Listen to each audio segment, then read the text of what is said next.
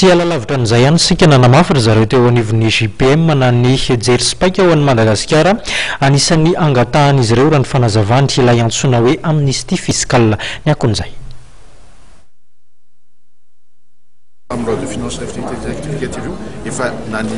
filoam-pirenena le fanteny mihitsy fa misy zany baika dia misy zavatra oeritreretina afahana na maivazana ny fiscalité au niveau antifandrarana mbola tsy fantatra tsara satria mbola tsy any amin'le votoatiny sika fa efa le accord de principe zany efa ty ary efa anteneny monsieur le ministre toko hoe tsy maintsy misy fieritreretana ho atao amin'le resaka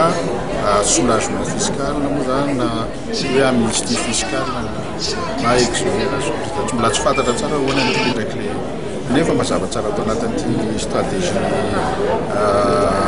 fohezako hoe mba mangataka zay mba hisy mihitsy ny amnistie fiscale satria tsorona aminareo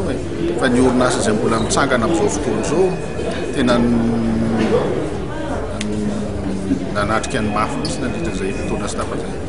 ny ankamaroany no fanily ny sasany efa nandefa ampiasa ikan'izany efa tena reraka dia reraka mihitsy ny orinasa dia zay koa moa mba tsapa fanjakana koa zany mba zavatra tsy miafina ke zany.